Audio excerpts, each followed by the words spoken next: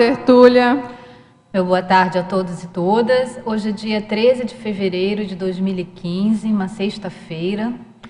O verbete é de número 3.297, com 7 páginas, 54 logias e 21 máximos.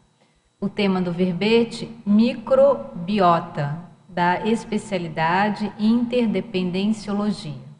A autora do verbete, a nossa verbetógrafa já veterana, mestre em bioquímica, por sinal, né, a professora Maria Cristina Bassanese. A professora Cristina é graduada em farmácia bioquímica, mestre em ciências biológicas e bioquímica. Ela é natural de Caxias do Sul, voluntária da Conscienciologia desde 1994, docente em Conscienciologia desde 2001, tenepsista desde janeiro de 95, e ele é coautora do Manual da Verbetografia. Então vamos à definição. A microbiota é a coletividade microbiana estabelecida em determinado habitat ou ecossistema, formada pela associação de micro-organismos metabolicamente relacionados, pertencentes ou não à mesma espécie, ou pelo agrupamento de populações simbiontes de níveis nutricionais heterogêneos. O holopensene pessoal da holoconviviologia, o holopensene pessoal da intercooperação cosmoética, o holopensene da saúde consciencial, o holopensene da saúde ambiental, o padrão pensênico pessoal influindo no equilíbrio das microbiotas somáticas, a patopensenidade na condição de fator debilitante das defesas imunológicas, os holopensenes sociais condicionantes da homeostase dos ecossistemas planetários. Na fatologia, nós destacamos algumas das expressões aqui contidas nas mais de 33 linhas que traz a fatologia do verbete, a microsociedade funcional dos micro-organismos, a organização das coletividades bacterianas, o comportamento comunitário dos micróbios, as estratégias de comunicação entre os micro-organismos, a engenhosidade evolutiva das bactérias formadoras de biofilmes, a diversidade de microbiotas encontradas nos ecossistemas planetários, a variedade de substratos passíveis de colonização por micróbios, as comunidades de micro-organismos hetermófilos vivendo em ambientes julgados improváveis de sustentar a vida, as microbiotas próprias dos macroambientes, o microplâncton das águas oceânicas abertas, as superpopulações de micro-organismos resultantes dos desequilíbrios ecológicos. E aí, como eu disse então anteriormente, nós temos mais de 30 linhas aqui na fatologia, nós lemos só as primeiras linhas.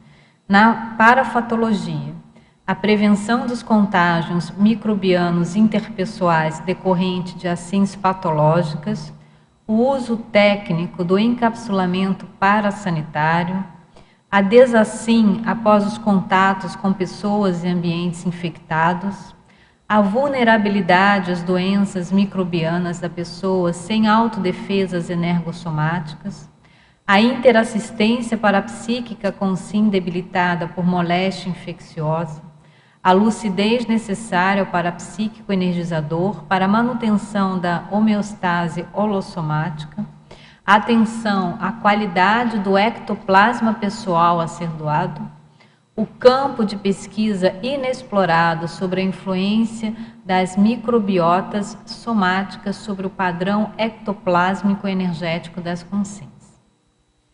Na seção aqui do detalhismo, nós destacamos 15 máximos distribuídos entre 27 sessões.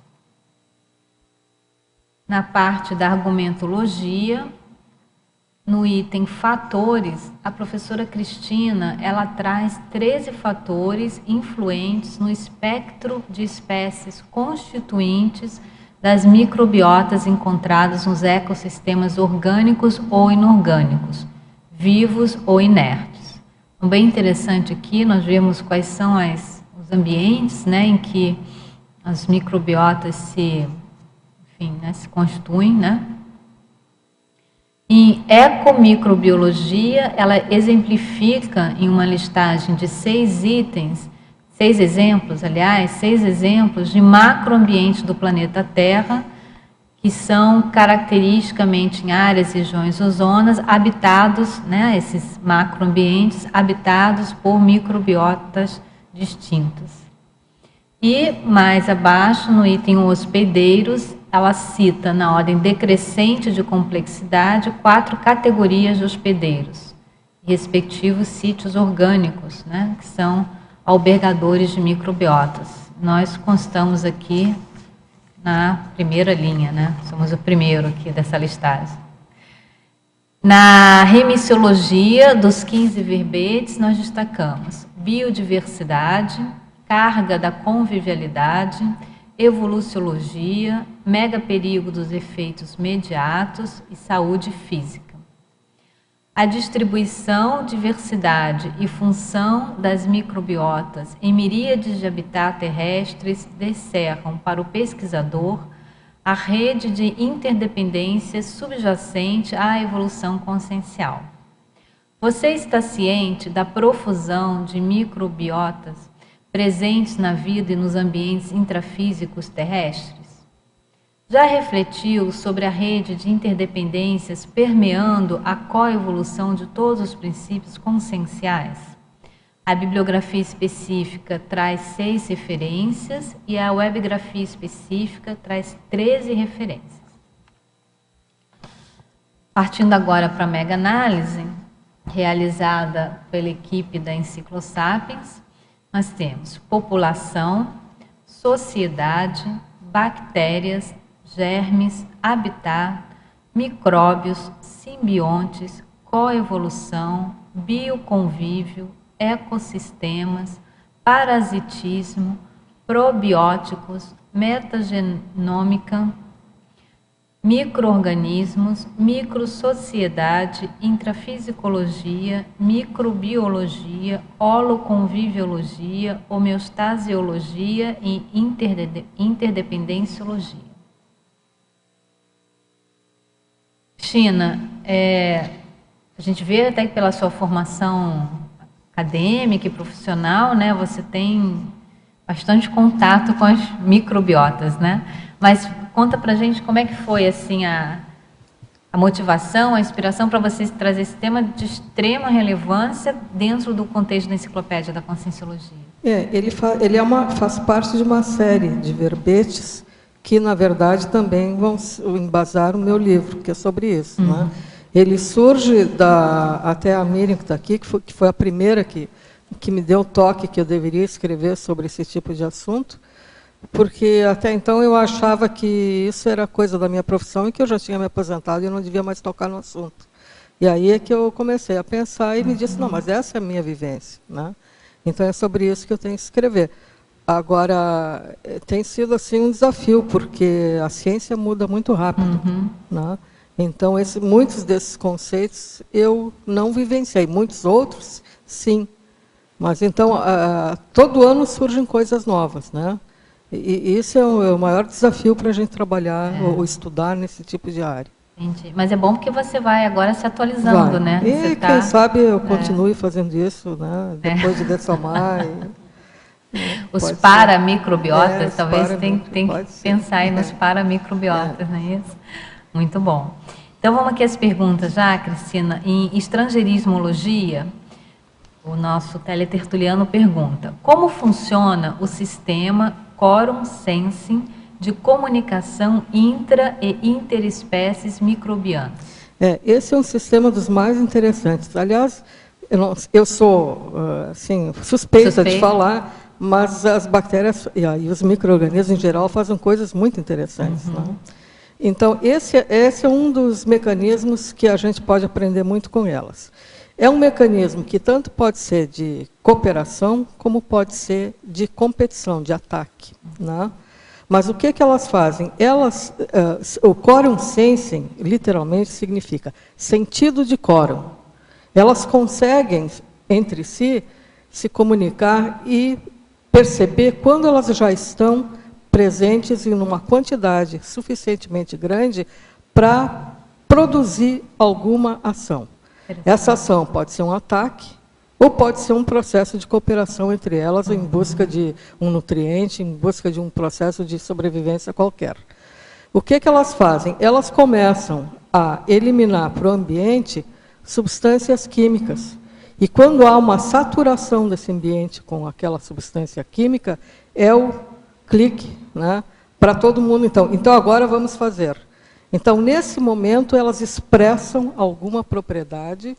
Por exemplo, elas podem, nesse momento, decidir expressar uma toxina, começar a liberar uma toxina, que vai ser aquela que vai causar uma doença.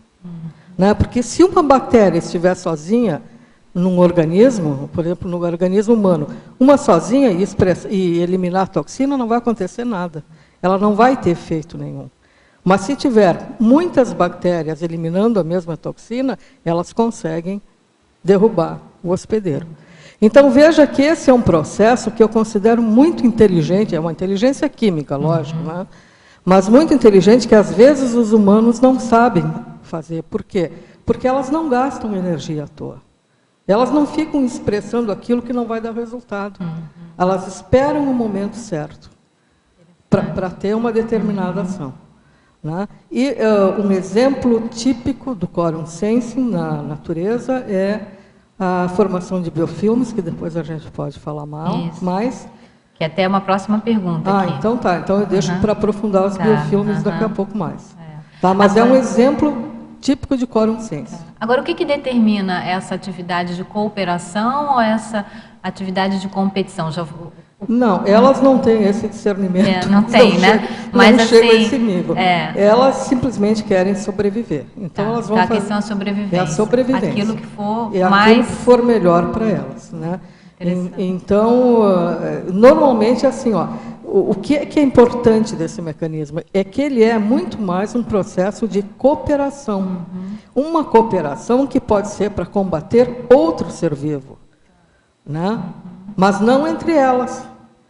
Elas também têm lá os seus mecanismos de competir entre si. Elas também não são não são tão tão boazinhas assim. De vez em quando, a maioria delas são boazinhas, mas às vezes elas também não são tanto. Né? Então, elas têm tanto o processo de competir entre si, quanto tem esse processo de cooperação. Mas a cooperação predomina grandemente. Muito mais, né? Elas veem que unidas, juntas, elas conseguem um resultado melhor do que sozinhas. Né? E hoje em dia, tudo que se pensa em microbiologia, basicamente, está dentro desse processo de microbiota. Não é mais do jeito que se pensava antigamente, que era uma bactéria, uma espécie. É tudo dentro dessas comunidades microbianas. Interessante, né? Então, você vê desde os micro-organismos, desde os princípios conscienciais mais rudimentares, né? Digamos, vamos colocar assim, talvez uma inteligência, ou esse senso de coletividade, né? de coevolução, já começa a existir. Já é muito claro, o professor Walter foi o primeiro que eu ouvi falar em inteligência nesse nível, que ele chama de inteligência química. Né? Inteligência química. Interessante. Na pensenologia agora, Cristina, na quinta linha, de que modo o padrão pensênico pessoal influi no equilíbrio das microbiotas somáticas? Foram feitos experimentos sobre esse fato? Experimentos em nível de ciência convencional, com certeza, eu acho que não, né? O que existe na ciência convencional, que é mais da área da psicologia, da psiquiatria, que sabe que a pessoa, quando está deprimida, quando está com um processo emocional muito acirrado, ela tem as suas defesas diminuídas. E quando essas defesas imunológicas, basicamente são defesas imunológicas, ficam diminuídas, as infecções e todas as outras doenças se manifestam, mas também as infecções. Então, aí, para qualquer coisa, desequilibra esse sistema orgânico que está interrelacionado com as bactérias. Um exemplo bem típico disso, que assim, eu já vi muitas vezes na minha vida, é o resfriado comum. Percebam quando a pessoa está deprimida ou ela está mais caidinha, como ela pega resfriado mais fácil. Como ela fica, não é que ela pega o resfriado, ela até já podia estar em contato com os vírus do resfriado, mas na hora que ela deprime, baixa a defesa imunológica e aí ela manifesta a doença. Bom, agora pergunta sobre os biofilmes. Pode nos explicar a engenhosidade evolutiva das bactérias formadoras de biofilmes? Você coloca a questão dos biofilmes na fatologia, na página 6, no final da terceira linha. Certo. Então, os biofilmes são um exemplo do quorum sensing, que a gente falou. E o biofilme é o seguinte, essas bactérias ou micro-organismos, dentro de um biofilme ou de uma microbiota, existem diversos tipos de micro-organismos, não é um tipo só, né? Existem vários tipos ali, e dentro de um biofilme também. Então, o que eles fazem? O que elas fazem? Elas excretam uma matriz, que é uma substância, eu vou falar para quem entende, polissacarídica, na verdade nada mais é do que açúcares, tá? Então, elas excretam essa matriz, ficam aderidas, é uma matriz mais pegajosa, ficam aderidas a essa matriz e, com isso, elas conseguem reter nutrientes ali e conseguem também evitar que elementos do grupo sejam dispersos, sejam deslocados. Com isso, elas têm uma força maior para qualquer manifestação que elas queiram empreender, inclusive doenças. Tá? Exemplos disso, muito fáceis na vida cotidiana da gente. A placa dental bacteriana, que não é só bacteriana, na verdade, ali tem até fungos. Tá? A placa dental é um exemplo de biofilme. Tá? Então, é aquela película que forma. Uma outra coisa que quem tem o PET em casa já deve ter percebido. Se deixar de lavar o potinho de água mais de um dia, no fundo forma um limo. Aquilo é um biofilme. Tá?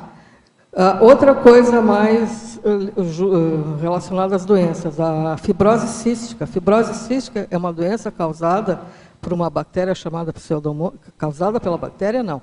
É uma doença que se caracteriza por uma colonização de pseudomonas aeruginosa no pulmão, que forma um biofilme, não é a causa da fibrose, mas ela se estabelece ali no paciente com a fibrose cística.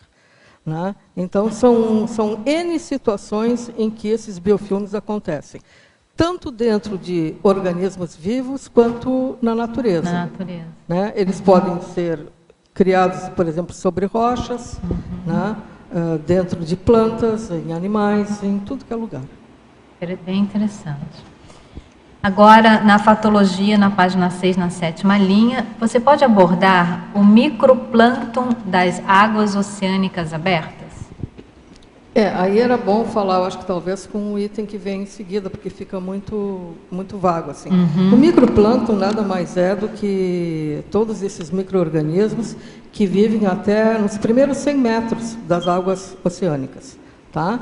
Essa é uma região que é bastante iluminada, chamada de zona fótica, porque é uma zona que recebe a luz do sol e onde ocorre a fotossíntese. Né? Então, esse microplâncton é de extrema importância para a vida do planeta. É ele que é responsável pela oxigenação do planeta. 80% do oxigênio que nós respiramos é produzido por esse microplâncton. A diferença do que se pensava antigamente, que era só pelas árvores. As árvores também produzem oxigênio, mas elas consomem. Esse microplâncton não, eles só produzem o oxigênio. E como é que fica essa relação, Cristina, com a questão da poluição dos mares agora, né? Então, essa questão da poluição marinha, da poluição dos mares, é que também está prejudicando... É um perigo enorme. Isso é o que as pessoas não se dão conta. Inclusive, mais do que isso, quando se pensa em colonizar planetas que não tenham oceanos, a primeira coisa que eles sabem que eles têm que fazer é gerar esse tipo de micro-organismos lá para poder produzir uma atmosfera nos ambientes. É extremamente importante que ele não seja degradado. A nossa sorte é que o mar é muito extenso. Os oceanos ainda são grandes demais para a população humana conseguir destruir todos. Né? Mas é um perigo, assim, é um perigo, temos que tomar cuidado, né? Porque... Exatamente. Agora, uma coisa em relação a a poluição, a poluição não vai propriamente matar esses micro-organismos. Às vezes ela faz o contrário. ela faz que haja superpopulações. Superpopulações. Que é o caso dos... Depois, aí, se alguém perguntar, é o caso dos blooms, que está na estrangeirismologia, ou dos florescimentos das marés vermelhas, Isso, dos marés blooms, vermelhas, eu não sei se tem pergunta sobre isso. Por enquanto, não, mas se você quiser, pode explicar. Posso. Vai explicando. Vai, então vai, faz uma pergunta. Então, aí é um processo contrário. A gente poderia pensar que a poluição vai degradar esses micro-organismos, mas não. Todos os resíduos orgânicos e inorgânicos também, produzidos pelo homem e jogados tanto nos rios quanto nos oceanos, podem causar eles vão produzir vão ceder uma grande quantidade de nutrientes. Havendo uma quantidade exagerada de nutrientes, essas bactérias e outros micro-organismos vão se alimentar muito, vão crescer em número, vão chegar até um ponto de saturação onde os nutrientes são esgotados. Nesse momento, eles morrem, apodrecem a água e retiram todo... E nesse processo há um esgotamento do oxigênio da água, o oxigênio que está dissolvido na água. E aí os peixes morrem e todos os seres vivos que estão aí. Eu tenho Segura um pouquinho para mim aqui. Eu tenho uma foto aqui que é bem interessante para quem quiser ver. Eu não sei como mostrar isso. Olha, esse é um caso. Eu não sei como que mostra. Levanta um pouquinho. Aqui. Aí. Ó, não sei se eles conseguem dar um zoom, eu não sei se conseguem enxergar, mas tudo isso que está branco peixe, ali, é peixe, isso né? é peixe morto. É. Olha a quantidade de peixe morto no rio. Isso foi ali no Rio dos Sinos, ali no Rio Grande do Sul. Isso aconteceu no Rio de Janeiro, em tudo que é lugar, isso é um fenômeno bem comum de se observar. Tá? Mas pode ser por um processo humano que interferiu na natureza, que colocou poluente lá, e pode ser também por um processo natural. Só que quando é natural, a própria natureza se encarrega de autolimitar. Porque quando os nutrientes são esgotados, aquilo cessa e volta tudo ao normal. Quando é por poluição humana, aquilo não cessa, porque estão sempre jogando lixo ali. Então, continua e continua. Causa um desequilíbrio, né? Ele causa um desequilíbrio ali no ecossistema, então aí não tem... Porque ali atinge todos os seres vivos que estão ali. Ali aparecem só os peixes, né, mas... Na fatologia, na página 6, no final da 9ª linha, você pode discorrer sobre as microbiotas vivendo e se reproduzindo no interior de outros micróbios? Sim, a gente tem que pensar assim, microbiota existe em todos os cantos do nosso planeta. Eu não encontrei nenhum exemplo ainda de local, quer dizer, existe um ambiente que eu já vi que não tem bactérias, que não tem essas microbiotas, que são os animais de laboratório criados sem micro-organismos, criados artificialmente. Isso em laboratório existe, né? Os animais criados em laboratório, eles são sem micro-organismos, porque são usados justamente para fazer experiências. Mas, no restante, na natureza, não existe local que não tenha microbiotas, inclusive dentro dos próprios micro-organismos. Bactérias têm vírus dentro delas. Tem microbiotas formadas por vírus. Vírus têm outros vírus menores do que eles dentro deles. Microbiotas. Não importa o tamanho delas. O que importa é que, se for uma comunidade que tiver uma função, já caracteriza como microbiota. Então, a gente tem que entender, quando fala microbiota, que não existe assim, um tamanho. É uma dentro da outra. Isso acontece em todos os níveis. Então, tem aquele vírus que tem os outros vírus dentro dele, ele, por sua vez, está dentro de bactéria, a bactéria está dentro da célula humana, a célula humana está dentro, sei lá, a célula humana não é micro-organismo, né? E assim vai. Então, tem microbiotas de todos os tamanhos. E já tem assim, um limite mínimo que foi detectado em termos de tamanho mesmo, de bactérias ou de... a menor bactéria. Sim, eu fui atrás disso, porque eu também fiquei curiosa, né? Lógico que eu fiquei curiosíssima sobre isso. são nanométricas, né? Os vírus são nanométricos. As bactérias, de maneira geral, elas estão na ordem do micrômetro, né? Mas os vírus já são nanométricos. E tem bactérias que são nanométricas também, na ordem de 20 nanômetros, os menores que eu vi. Agora, o que é interessante, isso é do meu outro verbete, do anterior, do micro-organismo. Eu vou falar hoje, não falei na época. Né? O que tem de interessante é que hoje já existem certas formas de vida que são inferiores do ponto de vista de tamanho, porque nunca dá para dizer o que é inferior do que. Aos vírus, que são os viróides e os virusoides. Eles são pequenos pedacinhos de ácidos nucleicos que vivem dentro de vírus. Eles são menores do que esses 20 nanômetros. Tá? Aí não tem nem medida para isso até hoje. Mas que ali já se esboça, então, o princípio já é considerado, sim, já é considerado na ciência convencional ser vivo. Já são considerados seres vivos porque eles têm processo de replicação e, lógico, eles parasitam os outros para se replicar. É a máxima, né? Tamanho não é documento, né? Então, ali aquele micro ali já tem uma função. Inclusive, eu fiz uma analogia no verbete micro-organismos, porque tem esses, bem pequenininhos, tem alguns que são satélites do outro, e o outro é um parasita de uma bactéria. Aí eu fiz analogia com o satélite de assediador, que ali assim, né? já se percebe a questão do assediador e do satélite do assediador. Lógico, rudimentar, né? Incipiente, sei eu do que se pode chamar isso. Mas a gente vê que o mecanismo evolutivo, ele começa muito cedo. Né? E demora muito tempo para a consciência sair daquela mimese. Né? De fazer sempre a mesma coisa. Interessante. Cristina, é uma pergunta que é mateológica, não sei, ou boba.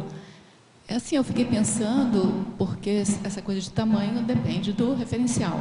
Se nós não somos uma microbiota do cosmos... Com certeza. Mas não é microbiota, né? Aí você vai chamar, sei lá, de quê? De macrobiota, talvez, sei lá. Mas a estrutura do microbiota... não, a estrutura é a mesma. A estrutura é a mesma, tanto que assim, ó, o exemplo que eu teria, porque essa definição eu sei que ela é bem complexa para a pessoa entender, né? E o exemplo que eu teria dessa definição, que fala sobre vários tipos de organismos, de micro-organismos vivendo numa comunidade simultaneamente, pega a casa de uma pessoa, a família, o que é uma família, né? Que tem pessoas ali, tem as plantas, tem os animais domésticos, tem os familiares, os parentes que moram em outra cidade, de vez em quando vêm visitar e depois vão embora. A organização a gente está usando uma analogia, uma figura para entender melhor o que seja isso, mas mostrando que nessas microbiotas existem seres de níveis evolutivos, do ponto de vista biológico, muito diferentes. Uns muito avançados e outros ainda do início da escala evolutiva deles. Né? Então, dentro de uma microbiota existem, por exemplo, animais microscópicos, que são os ácaros. Os ácaros são animais, já são do reino animal, como nós. Então, veja, são bem mais complexos do que um vírus, e, no entanto, podem coexistir no mesmo ambiente. Né? Bem interessante mesmo esse assunto. Mas dá para nós expandirmos, né, Rosa, a partir dessa sua pergunta, né?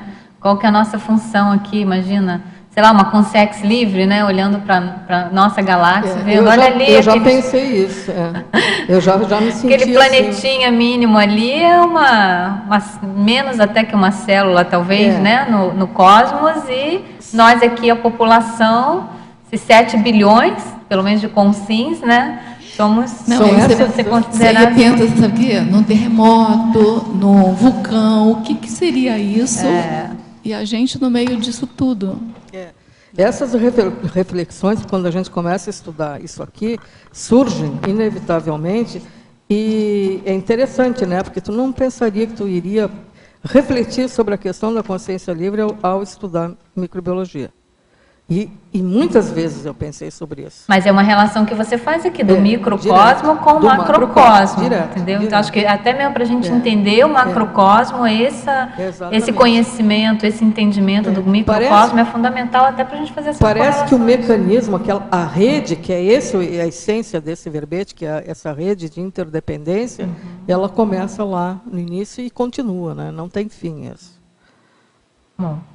Na fatologia, na 6ª linha, na 6ª página, na página 6, na 13ª linha, de baixo para cima, você pode discorrer sobre a possibilidade de as microbiotas nativas causarem e transmitirem doenças quando fora dos nichos ecológicos? Sim, havendo um desequilíbrio entre a microbiota e o hospedeiro, né, o que acontece é que aquele organismo que estava ali, que não causava problema nenhum, que não causava doença, estava em equilíbrio com o hospedeiro, ele passa a produzir uma doença. Quer um exemplo? Olha, um exemplo bem comum da vida, pelo menos das mulheres, assim. Quem já não teve infecção urinária de repetição ao longo da vida?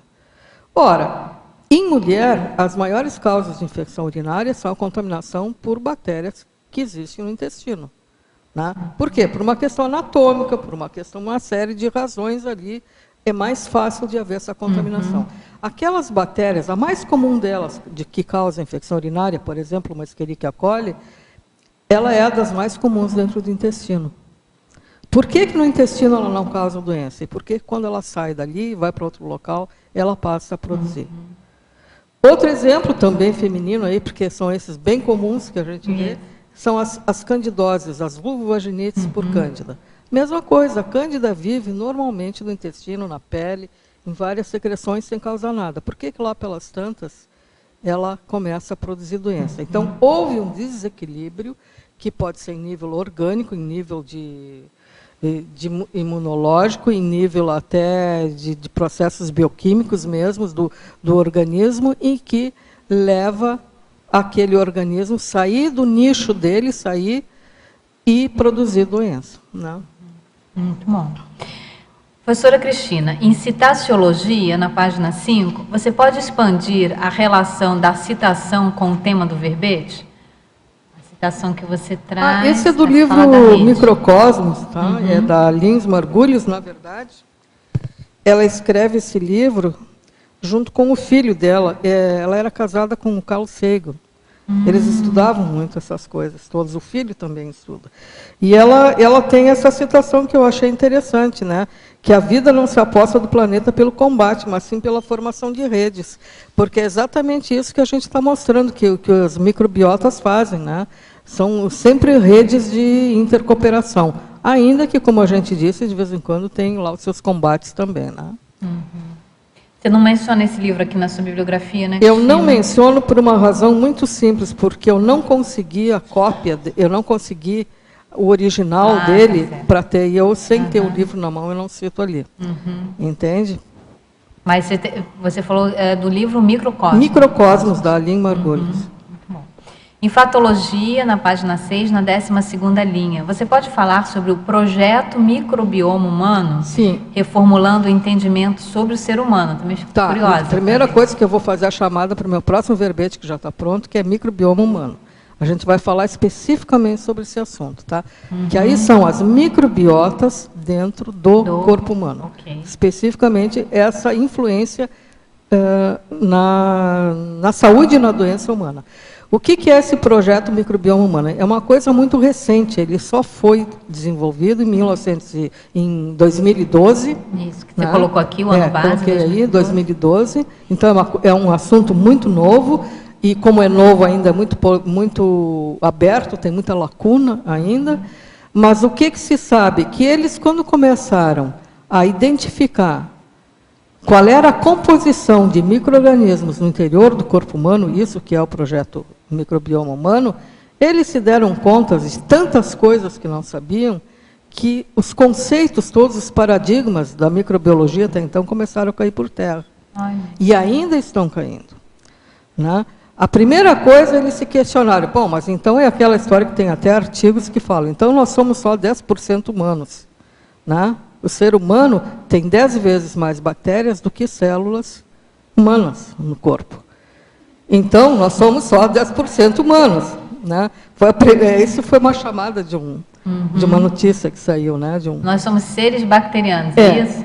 E isso tem a ver também com a teoria hologenômica, que está aí na teoriologia, eu acho que está, porque hoje não se fala mais em hospedeiro e o simbionte, no caso do ser humano, e isso serve para animal e para vegetal também, óbvio. Né? O mais correto seria falar no holobionte, que é o indivíduo que ele tem as duas coisas. Ele não é só ele é ele e mais os simbiontes juntos. Com isso, não quer dizer que haja fusão de consciências. Tá? A gente não está querendo trazer esse conceito aqui, que é totalmente errôneo. Né? Mas o que a ciência já percebe é que tu não pode mais considerar um indivíduo, do ponto de vista biológico e do ponto de vista da saúde dele ou da doença, como um ser somente. Tu tem que ver quem são os outros que estão ali influenciando nesses processos todos.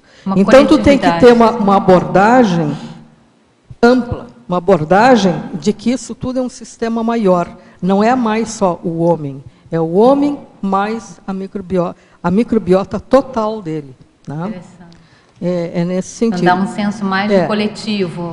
E aí, assim, quando eles fizeram essa identificação da microbiota humana, eles chegaram a várias conclusões, que eu falo algumas delas aqui na fatologia. Aí, vamos ver se alguém pergunta ou não. Mas depois, se não perguntar, se for, a gente volta no final para comentar, né? Que são, por exemplo, assim, coisas como... Tem uma outra pergunta aqui que já fala pode comentar sobre os trilhões de organismos microscópicos habitantes do intestino humano, influenciando a fisiologia e a suscetibilidade às doenças? Então, por exemplo, só no intestino sabe-se que tem, no mínimo, trilhões. Aí, o número exato é muito divergente na literatura científica. Tá? Uns falam em 100 trilhões, outros falam que 100 trilhões é no corpo todo. Então, isso é muito difícil da gente chegar. Então, eu prefiro colocar em trilhões. Mas pensa assim, acima de 100 trilhões no corpo todo. No intestino deve ter em torno disso aí mesmo. Tá? Ele perguntou em relação à fisiologia, né? Por que influencia? Qual é a influência? Fisiologia e suscetibilidade às doenças. Essa microbiota, ela exerce certas funções que o corpo humano não é capaz de fazer. Por exemplo, a microbiota intestinal é responsável pela produção de vitamina K, de vitamina B, de uma série de coisas que o organismo sozinho não tem capacidade de fazer. Então, ela faz parte da fisiologia humana. E por isso o conceito do holobionte que eu falei há pouco. Tu não pode mais considerar que o organismo humano ele é um ser independente. Ele não é, ele depende da microbiota. E a microbiota depende dele para sobreviver. Né? As doenças, a mesma coisa. Lá pelas tantas, se houver um desequilíbrio, ela vai causar uma doença, que a gente até já comentou aqui também. Então, assim, não existe maneira de separar isso. Eles estão interagindo de um modo muito profundo o tempo todo. Daí a condição da interdependência, né, que você chamou bastante atenção no seu. É interessante que a sua especialidade você localiza na condição da interdependenciologia, justamente para chamar a atenção dessa em todos os níveis de interdependência que tem, até na numerologia aí, que foi ajudada pela Rosa, né, que a Rosa sugeriu aí, mostra os vários níveis de interdependência. Bom, tem um pessoal aqui que quer perguntar, desse lado aqui, perguntas? Gostaria, Cristina, que você falasse um pouquinho sobre o desenvolvimento paralelo do comércio oportunista, construído sobre 99% de publicidade. Isso aí tem relação com o item anterior, que fala dos pré-bióticos, probióticos e simbióticos. Então, vamos ter que explicar o que é isso antes de falar do comércio. Tá?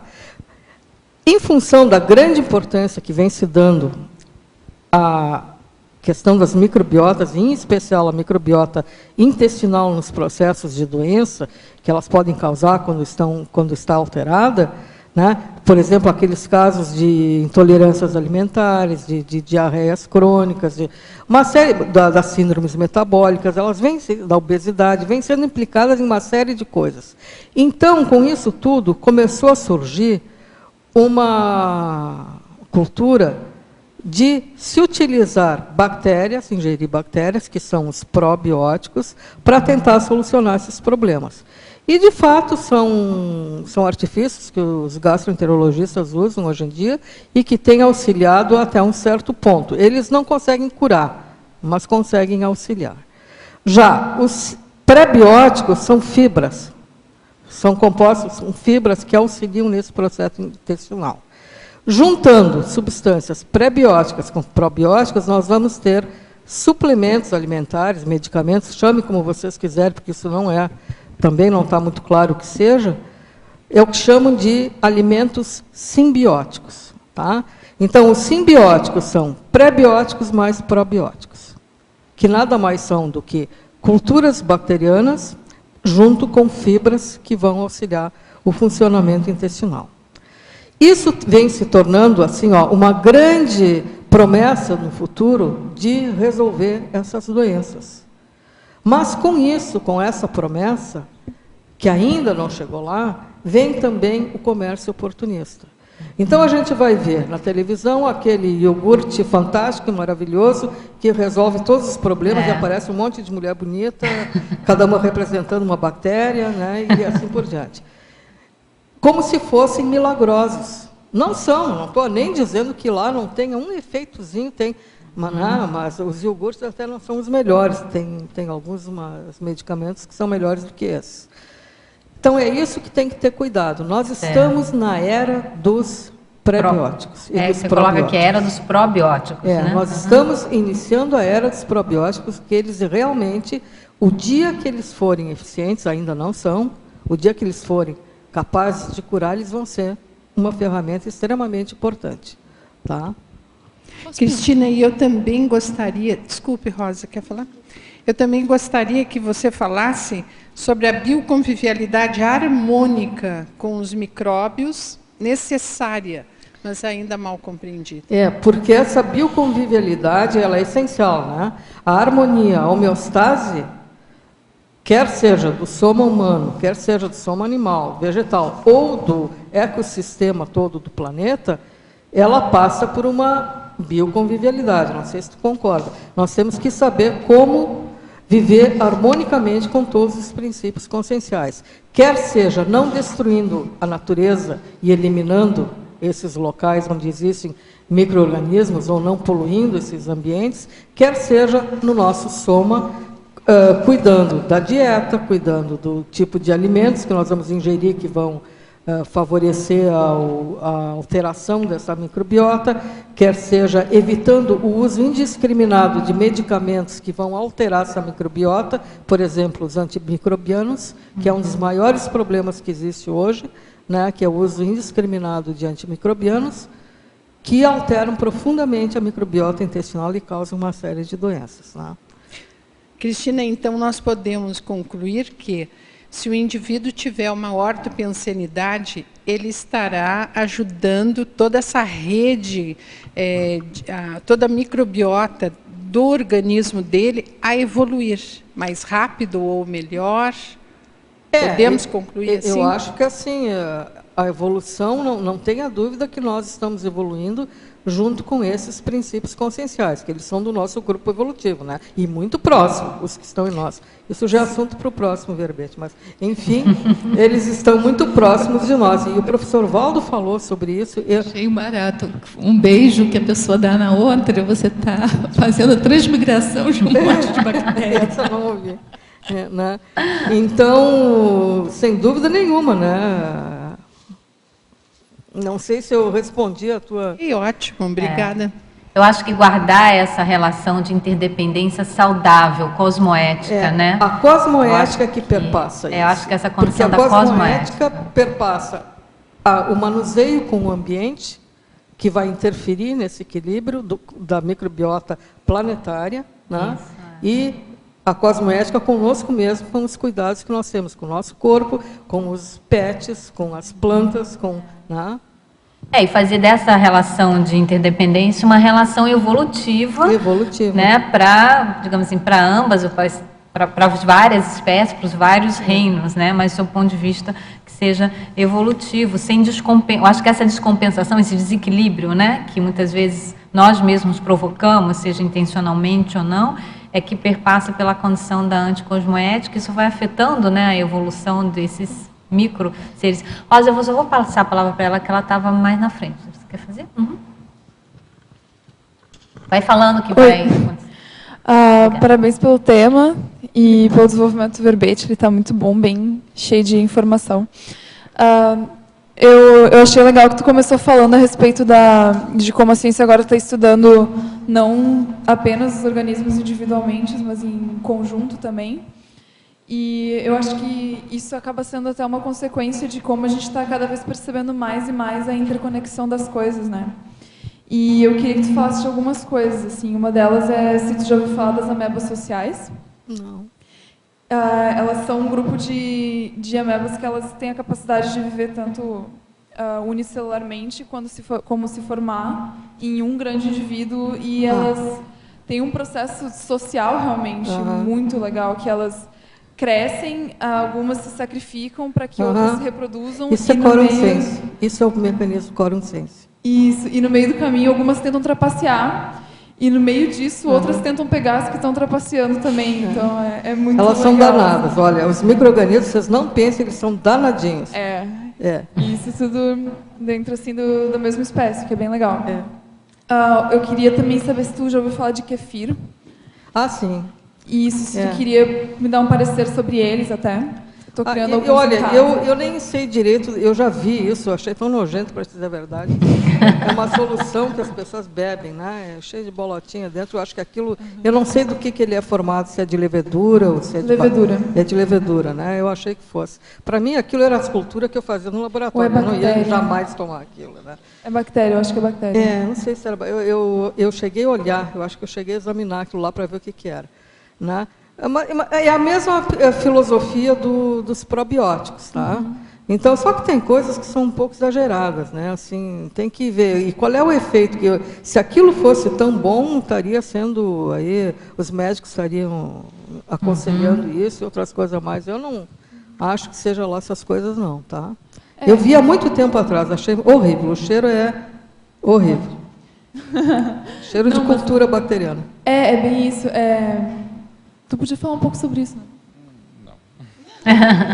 É aquele que me falou sobre isso. Não, a ideia de... Justamente a ideia que eu tenho estudado sobre isso é de reequilibrar as culturas bacterianas que tem no corpo, porque com a quantidade de refinado que a gente come, muitas morrem, sabe? Algo assim. Hoje tem medicamentos que são bem... Medicamentos não, são suplementos, na verdade, que são culturas selecionadas, que se usa, eu mesma já fiz uso disso, e que são bem mais higiênicas, digamos assim. Porque esse processo do kefir, ele é meio artesanal até. Ele é caseiro. Então isso sempre dá problema de poder entrar contaminação ali, sabe lá o que pode acontecer. Enquanto que esses que já vêm de fabricados, que vêm em ampolas, e vêm coisas dessa natureza, em sachês, os que eu usei eram em sachês, são melhores, no meu entender. Né? Tá. Mas é da era dos probióticos, é da história da era dos probióticos. Só que esse aí é bem antigo, tá? Isso aí é coisa muito antiga. Sim, acho que foi até assim que descobriram o iogurte. É bem tradicional. E mais duas coisas, eu queria que tu comentasse na parafatologia a vulnerabilidade às doenças microbianas da pessoa sem autodefesas energossomáticas, mas no sentido de como o processo de ectoplasma ele passa pela célula e pela bactéria, sabe? Como que, por exemplo, a nossa energia ela é gerada através da mitocôndria, que é um ser simbionte na nossa célula. Então, nesse ponto, como o nosso energossoma pode afetar e vice-versa a ectoplasmia, e se o padrão energético que a gente gera, a gente pode, por exemplo, alterar o comportamental de células? Ou talvez ao contrário? Eu acho que pode, sim. Né? Isso são pesquisas que precisam ser feitas, porque não existe nada, pelo menos na metodologia convencional, que faça isso. Mas a gente já comentou muita coisa sobre essa questão. Que a gente sabe que as bactérias, que os micro-organismos têm ectoplasma, isso eles têm. Deve ser uma quantidade muito pequenininha, mas tem. Que isso influencia no padrão energético não diria no padrão energético, mas nas doações energéticas que são feitas, por exemplo, numa assistência extrafísica, que se faça num campo parapsíquico, isso deve influenciar, sim. Qual foi a outra questão que tu levantaste em relação a isso? Da questão do ectoplasma nas bactérias? Se a ectoplasmia estaria relacionado às bactérias ou às mitocôndrias. Aonde a ectoplasmia é formada, exatamente não se sabe. Parece que é no espaço, no citoplasma das células, tá? No citoplasma das células do indivíduo que está liberando esse ectoplasma. Agora, isso tudo ainda carece de muita confirmação, né? As bactérias, nessa relação aí, uma coisa que eu acho muito importante de se pensar é o quanto, se é possível, transmitir doenças infecciosas pelo ectoplasma contaminado. Eu acho que deve ser possível. Por quê? Porque se o ectoplasma é capaz de carregar hemácias e leucócitos, que tem lá seus 7 micrômetros ou seus 2 a 20 micrômetros, um leucócito, por exemplo, uma bactéria tem muito menos do que isso, um vírus tem muito menos do que isso. Então, deve ser capaz de transmitir a doença e de retornar. Então, essas são as questões que eu acho interessantes da gente começar a pensar, né? Agora, que o ectoplasma do doador influi na microbiota dele ou de outras pessoas, deve influir. É princípio consciencial com princípio consciencial. Claro, Alguma coisa deve acontecer, mas pesquisa mesmo sobre isso, assim, para mostrar mais claramente que eu saiba, não existe. Ectolab. Mas a Ectolab não trabalha nesse nível molecular. Não, ali. né? Por enquanto, né? Quem sabe, enquanto, mas lá para frente ela vai trabalhar. Eu estou pensando aqui na complexidade que é quando a gente fala em homeostase holossomática. Porque não é só fazer entre os veículos de manifestação, só o soma para você ter uma homeostase com tanta diversidade de princípios conscienciais, né?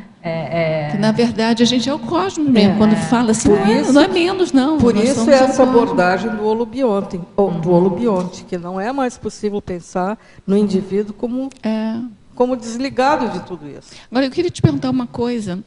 Há pouco tempo eu vi na internet a referência a uma médica alemã chamada doutora Budwig, não sei se fala assim, mas e que ela sugeria fazer um composto de queijo cottage com linhaça.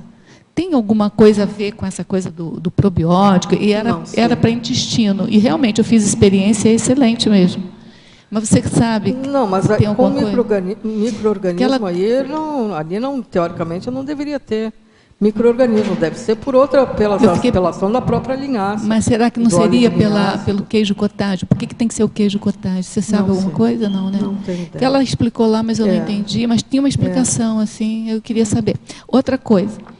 Na tecnologia, você fala da polêmica, porém eficiente, técnica terapêutica do transplante fecal. Você já respondeu isso? Não respondi, não. Eu queria saber sua opinião. Não, eu acho que ele é eficiente, sim. Eu não, né? Os médicos acham. Eu só estou transmitindo o que eu estudei.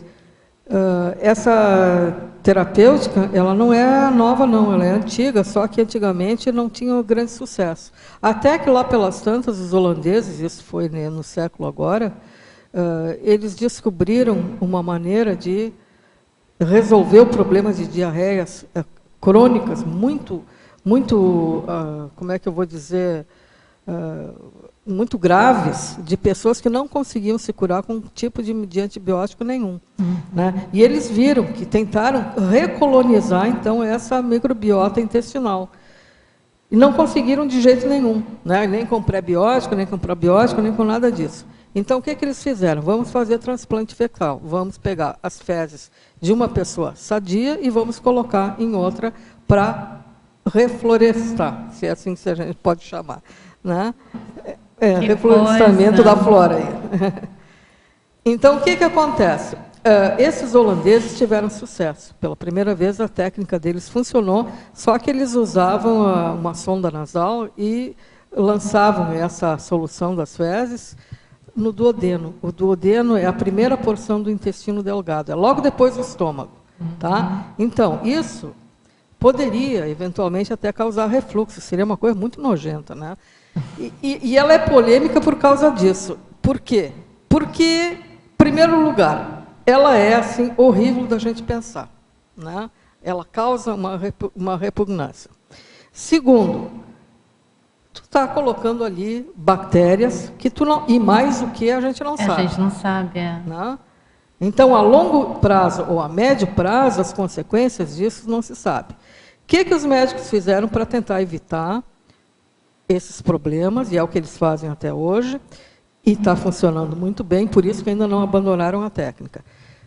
Eu contei o caso do que aqui no Brasil, os primeiros transplantes fecais que foram feitos foram no Albert Einstein, em 2013, em 2 idosos, um com 75 anos e um com 78, e conseguiram assim um índice de cura fantástico, com uma rapidez grande. Agora, eles utilizam as fezes de pessoas que vivem da mesma família para tentar fazer com que aquela microbiota seja o mais parecida possível.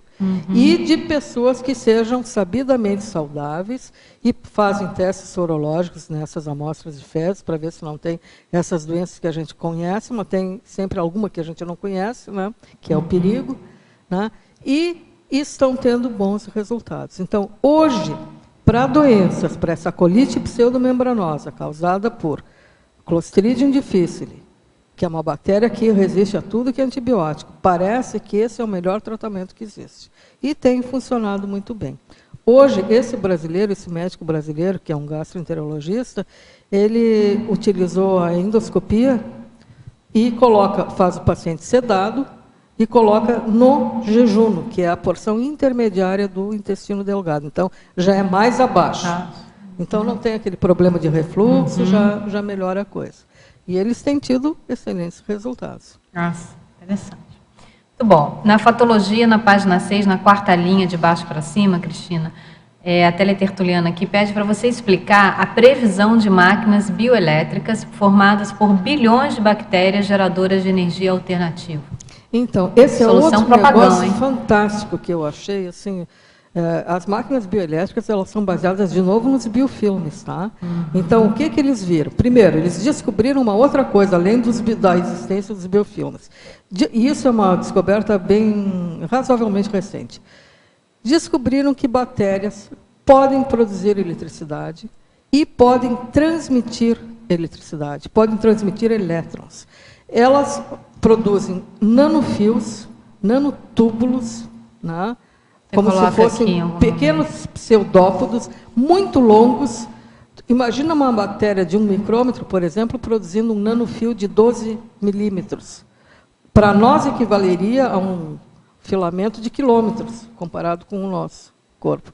Elas formam esses nanofios, se comunicam umas com as outras, através desses nanofios, passam informação elétrica, à semelhança do que seriam os neurônios e sinapses do cérebro, tanto que tem gente que diz que isso equivale a um cérebro pensante. Isso elas fazem nos oceanos, por exemplo, conseguem se comunicar em quilômetros de distância.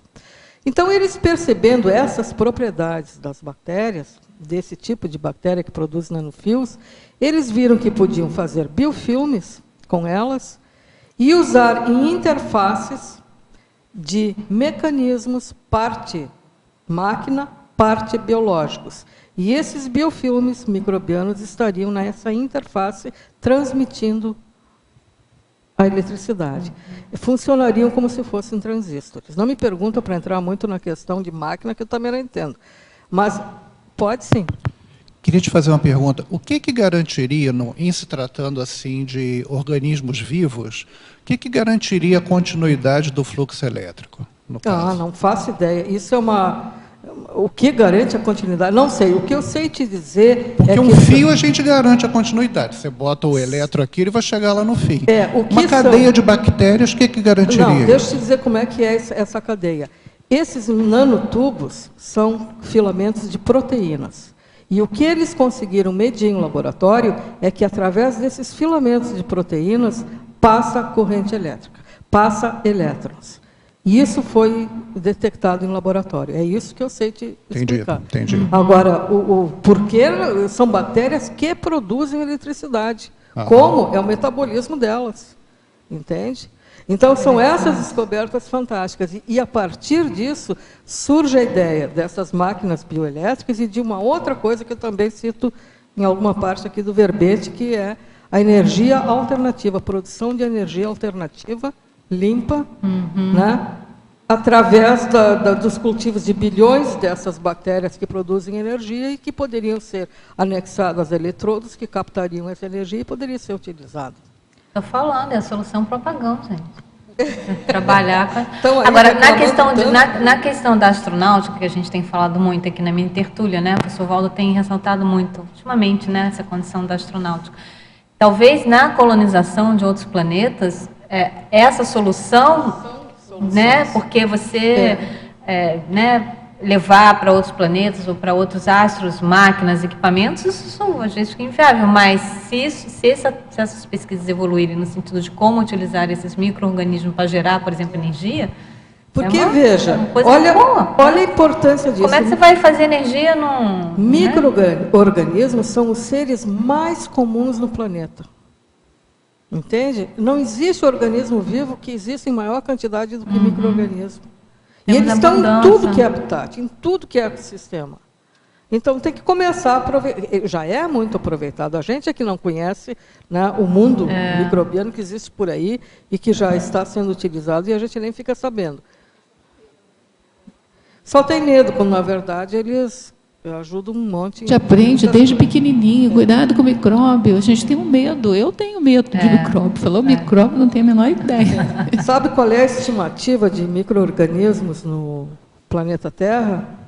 5 nonilhões. 5 nonilhões. Nossa, nem sei. Rosa, quantos zeros tem isso? 5 vezes 10 na 30. 5 com 30 zeros depois. É bastante coisa. Em efeitologia, Cristina, na página 7ª, segunda linha, você pode explicar o efeito nocivo do rompimento do equilíbrio microbiota hospedeiro? E mais adiante também ela pede uma explicação sobre o efeito das substâncias tóxicas ingeridas ao longo da vida, alterando progressivamente a microbiota normal humana. Então, o segundo explica o primeiro. Né? Vamos começar pelas substâncias tóxicas. A pessoa que vem utilizando, quer seja medicamentos, quer seja qualquer outra substância, essas substâncias químicas, né, tóxicas para o organismo, que alteram as microbiotas do intestino ou de qualquer outra parte do corpo, ela fica sujeita a doenças justamente porque há o rompimento do equilíbrio microbiota hospedeiro. Né? Então, a pessoa, quando tem esse rompimento do equilíbrio, ela está sujeita à invasão de germes patogênicos. Tem que lembrar uma coisa, que essa microbiota ela também tem a função de competir, aí é uma competição que saudável para o hospedeiro. A microbiota compete com micro-organismos patogênicos de fora, estranhos. Ela não permite que os estranhos entrem, porque elas estão ali já adaptadas naquele habitat, naquele ecossistema, né? E quando um estranho chega, ele não tem vez, ele não consegue o nutriente que ele precisa, elas já estão em maior número. Então, elas evitam a entrada de organismos patogênicos. Por isso que, quando rompe esse equilíbrio, tanto elas podem causar doença, quanto pode permitir a invasão de outros estranhos. E aí, pegando esse teu gancho, Cristina, tem uma pergunta aqui. O teletertuliano ele pede para você comentar a questão do padrão pensênico pessoal influindo no equilíbrio das microbióticas somáticas. Você já tinha falado um pouco sobre isso, mas deixa eu ler aqui a próxima pergunta dele, porque tem relação com essa primeira solicitação que ele faz. Então, ele fala assim, olha, tem um processo alérgico em uma pequena área nas 2 panturrilhas. Notei que, ao fazer a ouve por vários dias seguidos e de forma ordenada, a alergia desaparecia. Fazer o que eu não ouvi? A ouve é aquela movimentação de energia, oscilação longitudinal, né, vertical de energias, né? Voluntária de energias. Né? que é proposta pela professora Nancy. Propositalmente, parei por poucos dias de fazer a ouve e, além de aumentar o assédio e todo o contexto em torno disto, o processo alérgico voltou. Tá?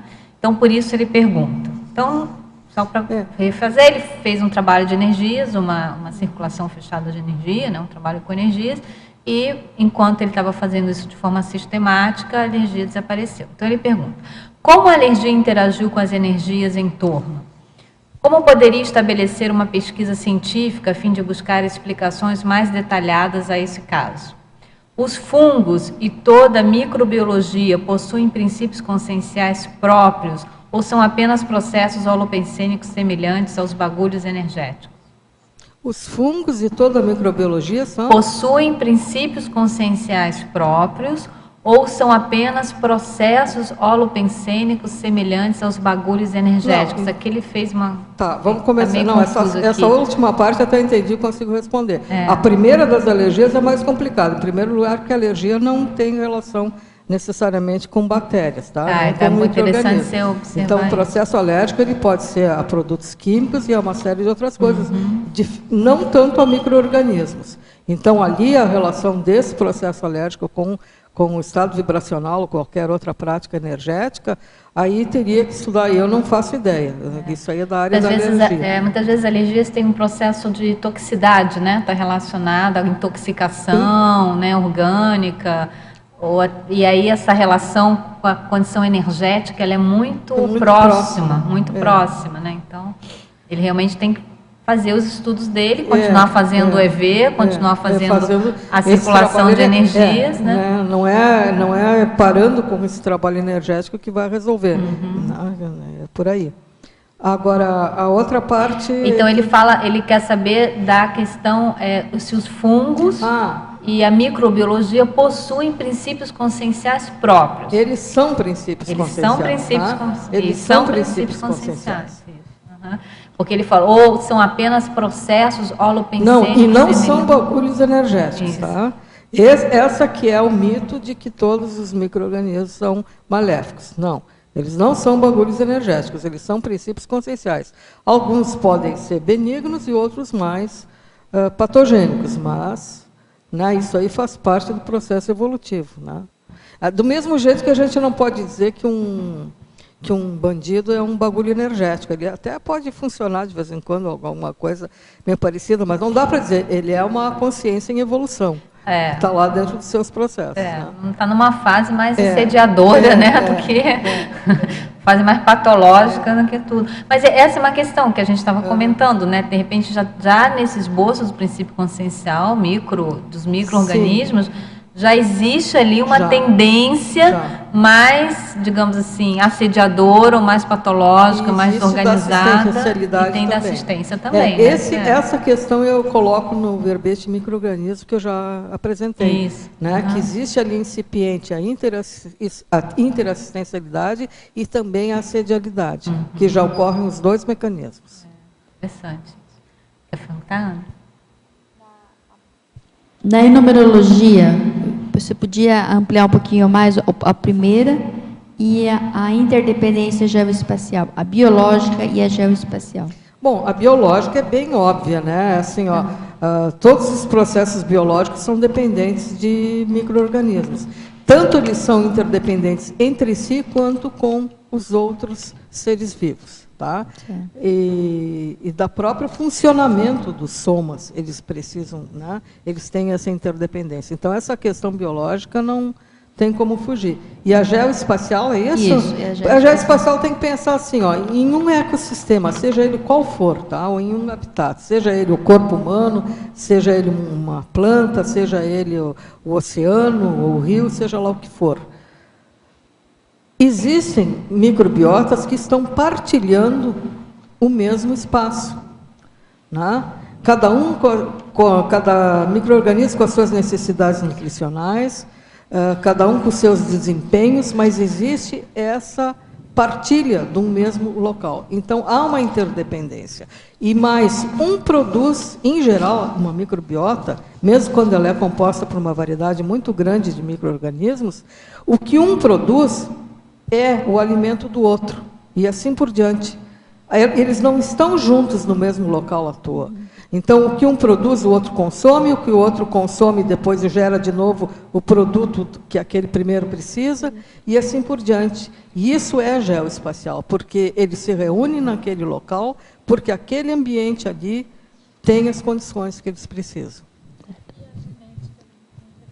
A genética, sim, porque, veja, uma microbiota, ela vai sempre tendo elementos morrendo e nascendo, né? Morrendo e... A gente pode falar em ressoma e dessoma nesse nível? Acho que sim, né? Sim, Então, isso está acontecendo o tempo todo. Eles têm vida muito curta, né? Essas bactérias, em geral, não vivem mais do que 24 horas. Tem algumas que vivem 40 dias até, tem umas que vivem menos. Então, é muito rápido esse ciclo ressoma, dessoma. Mas, ao mesmo tempo, eles crescem em grande quantidade. Então, esse ciclo é muito rápido. Tá? E a tua pergunta foi da genética. Então, veja, a transmissão das características genéticas de uma geração para outra é o tempo todo. Então, há uma interdependência genética, porque uma é muito parecida com a antecessora dela. Entende? Então, os genes são transmitidos. À medida que uma vai se dividindo em 2, em 3, em 4, e vai dando origem a novos seres, e as primeiras vão desaparecendo, há uma transmissão das características genéticas. Senão não teria razão de ser, né? E uma pergunta assim, tem algum estudo que consegue identificar esse nascimento, como que é a forma do nascimento? Sim, isso a gente vê, isso vê com a maior facilidade. O nascimento, sim, tem vários tipos de mecanismos. Tem o que divisão, tem aquela célula que se divide em duas, né? E essas duas se dividem em 4, esse é um mecanismo. Tem outras que crescem por um brotamento, formam um brotinho, os fungos gostam de fazer isso. Cresce um brotinho deles, aí deve ficar grande, solta, né? Tem aquele que é filamentoso, assim, que ele vai crescendo aqui na pontinha em direção à comida, né? Que ele encontra no ambiente. E essa parte de trás vai morrendo. Interessante. Né? Então, tem milhões, isso a gente vê em laboratório, muito fácil. Cris, só pegando um gancho aqui com a dela ali, é o seguinte, na próxima, interaciologia.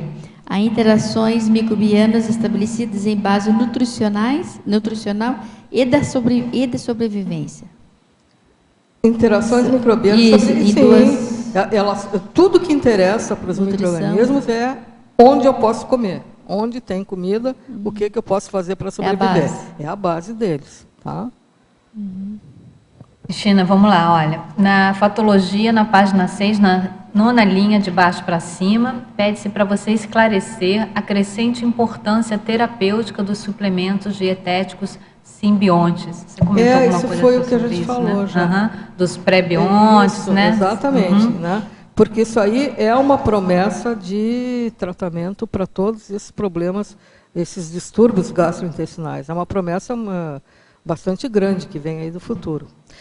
Posso expandir um pouquinho essa questão? Claro. Assim, o que a gente acha hoje em dia? Por que é uma promessa?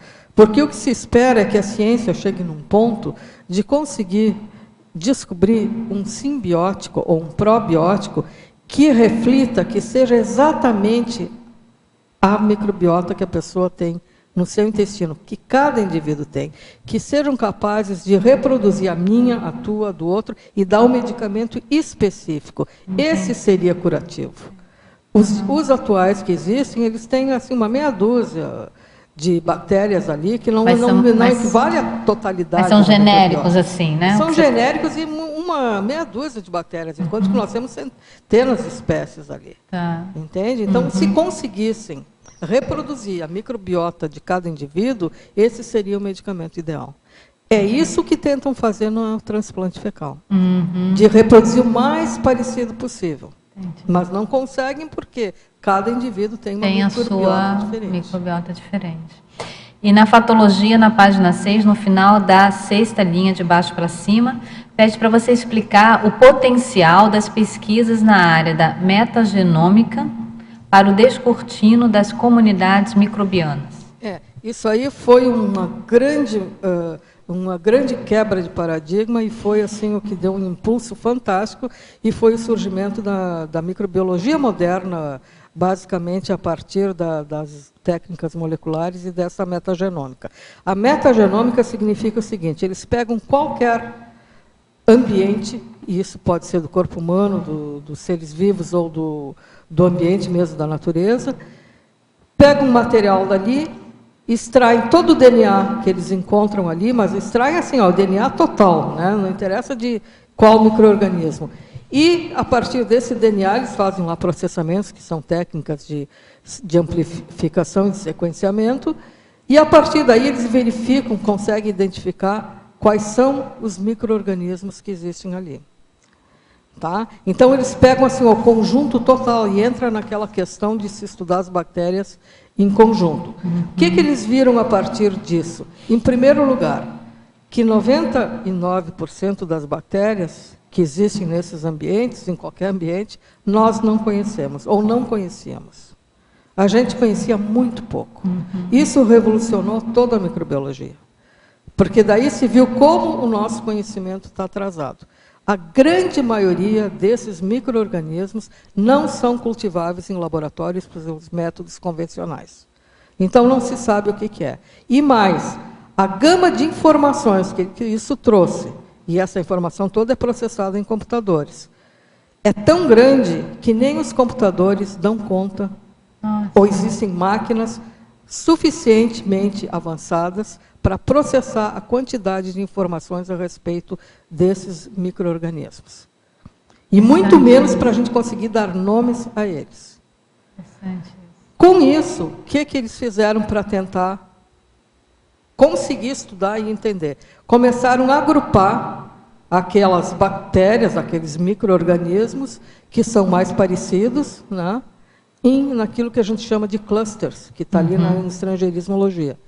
Né? Esses clusters, na verdade, são complexos microbianos que refletem um grupo de bactérias, de vírus, de seja lá o que for, de fungos, que tem um comportamento semelhante, mas mesmo assim cada indivíduo é diferente do outro. E vai se modificando o tempo todo. Por quê? Porque há uma transferência genética constante entre eles. Então não é estável. Uma bactéria que hoje se chamaria tal, amanhã ela é outra. Mas eles perceberam que dentro desse complexo, dentro do cluster, as propriedades permanecem estáveis.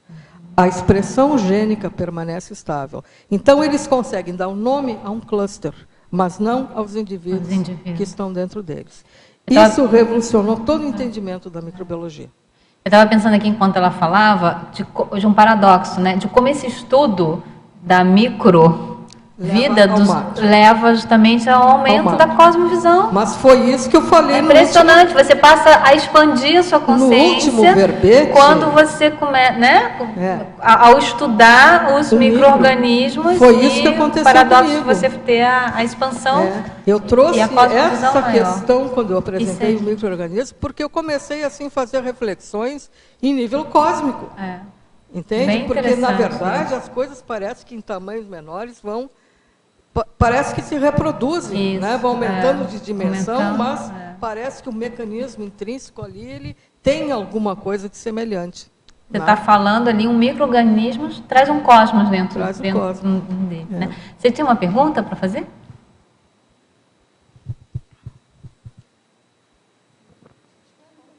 Vai falando que ele vai. Pode ir falando. Não. Então tá, não fala não, porque tá.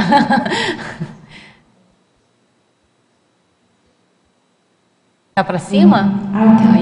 Então, parabéns pelo verbete, tem muita informação.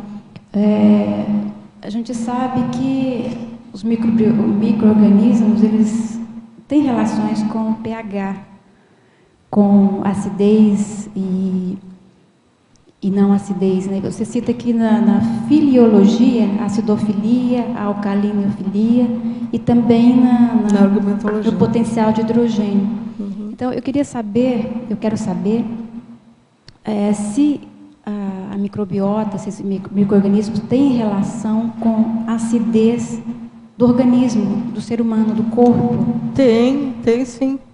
Tem, por quê? Porque o corpo humano nada mais é do que um ecossistema, né, que alberga micro-organismos, tem seus habitats. Vamos voltar, por exemplo, à questão das doenças femininas ali, que para nós é mais fácil de entender, que todo mundo já passou por algo parecido, né? Então, por exemplo, o que é uma vulvovaginite, uma candidose ali?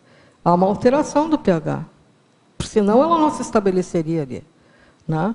Então, alguns tratamentos, e os mais antigos, inclusive, eles eram na base de modificar esse pH para fazer ele voltar ao normal, para eliminar a infecção, antes de existirem os antimicrobianos, né?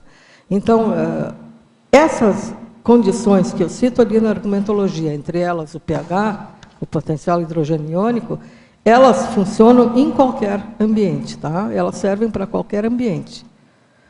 Lógico que tu não vai pensar dentro do organismo humano, por exemplo, na pressão hidrostática, né? Isso aí não interessa. Mas tem que ver, a salinidade já pode interessar, a acidez, a alcalinidade interessa, e assim por diante, tá? Então serve para qualquer ambiente isso aí. Ok. A ideia, por exemplo, já se sabe que a acidez aliada também à questão da oxidação dos radicais livres são fatores que predispõem à oncogenia. E como ficaria? Você poderia ampliar alguma coisa a respeito? A oncogenia, mas aí já não é mais com micro-organismos, né? Mas se o micro-organismo altera o pH, e nesse fator, você teria alguma coisa a acrescentar nessa relação? Não, o que eu consigo te dizer é o seguinte: sempre que houver uma alteração no nível orgânico, seja ela qual for, isso pode haver, se tiver ali uma microbiota, isso pode alterar o equilíbrio micro-organismo hospedeiro. E aí pode se estabelecer doença, né? É o que eu consigo te dizer. Eu não consigo fazer relação com oncogenia, mesmo porque isso aí geralmente não tem nada a ver com micro-organismo. Pode ter quando for por um vírus desse tipo oncogênico, coisa assim, mas eu não saberia te dizer se eles têm alguma relação com pH ou não. Tá? Ok, obrigada. Cristina, tem algumas perguntas aqui que eu já estava lendo, dizem respeito à sua parafatologia, justamente na parte que você fala das ACINs, do contágio microbiano. Então, eu vou ler as perguntas, e aí acho que vale a pena, porque até mais lá para frente tem pergunta nesse sentido. Então, eu vou ler aqui algumas perguntas, mas se você puder, novamente, você já falou alguma coisa sobre isso, mas se você puder discorrer, porque eu acho que já vai responder várias que estão aqui, né? Então, aprofundar a prevenção dos contágios microbianos interpessoais decorrentes de ACINs patológicas, né? E também comentar sobre a atenção à qualidade do ectoplasma pessoal a ser doado. Né? Acho que tá, mas vamos por partes, ler tá. uma por vez. Então, prevenção dos contágios microbianos interpessoais decorrentes de ACINs patológicas. Então, quando a gente assimila, faz assim com alguém, é lógico que há troca de bactérias também nisso aí. É lógico que isso aí eu já tive experiência muito clara. Por exemplo, teve aquela ocasião em que tinha um familiar na minha casa que precisava fazer uma prova de um concurso público no dia seguinte. E ele foi passar a noite na minha casa, que no dia seguinte ele ia fazer o exame. Ele estava com um resfriado daqueles de matar. Sabe o que eu fiz? Eu passei a noite inteira exteriorizando energia para ele. Consequentemente, ele acordou no dia seguinte e disse, mas desapareceu tudo, eu não sei porque. E eu não disse nada, fiquei quieta, fiquei péssima. Depois ele fez o exame e foi embora, e eu fiquei com um resfriado danado, porque eu não consegui desassimilar. Né? Aí foi a minha falha de não conseguir desassimilar. Mas, em todo caso, o problema ali eu resolvi. Entende? Então, é lógico que as assimilações energéticas que se faz com as pessoas, de alguma maneira, traz essas doenças para a gente. Se esse mecanismo é através de ectoplasma que se doa inconsciente ou inconscientemente, eu não sei, mas é uma das hipóteses que a gente levantou aqui até no outro verbete. Né? Tá. É possível que seja através de doação de ectoplasma, porque o ectoplasma é doado e depois retorna. Ele retorna, né? Ele exatamente. Pode, talvez trazer. Então, e aí por isso vem na segunda pergunta aqui, na segunda solicitação, de se comentar a atenção à qualidade do ectoplasma pessoal a ser doado. Então, um parapsíquico que esteja doente com uma doença infecciosa, ele não pode ser doador, ele tem que ficar em casa e se tratar. para depois fazer o trabalho assistencial dele, né? Porque ele está correndo o risco de passar a doença para o outro, né? Então, esse é um cuidado que tem que ter. Muito bom. Você já falou um pouco também sobre esse assunto, mas acho que vale a pena retornar em função do interesse do tema e também enfim, da especificidade. Você pode aprofundar na tecnologia, na página 7, quinta linha, aprofundar a descoberta de nanofilamentos bacterianos condutores de eletricidade, abrindo novos caminhos à nanotecnologia. Então, foi isso que a gente falou. Isso. Abriu caminhos para a produção desses nanocompósitos, né, em que biofilmes bacterianos funcionariam como interface entre a máquina e seres vivos, né, máquinas mistas. Né? Essa é uma das utilidades. E a outra seriam dessa produção de energia alternativa. E neossinapsologia, na página 7, na segunda linha. Por favor, explique as neossinapses adquiridas pela busca contínua das informações científicas de ponta. Por que isso que eu coloquei ali? Mas isso tem a ver até com a questão anterior que eu coloco no verbete, que é a queda da teoria germinal das doenças, né? Que é mais um paradigma que já foi quebrado, na verdade, quando se fala dessa ideia de que não existe um germe só causando uma doença, mas que eles são essas comunidades mais complexas, né? Então, cai por terra essa ideia que vem lá de Pasteur e de Koch, que falavam, que lançaram os postulados de Koch, que diziam que a gente tinha que isolar uma bactéria que causava doença, depois isolar em laboratório colônia pura, e depois repetir essa doença através de experimentos.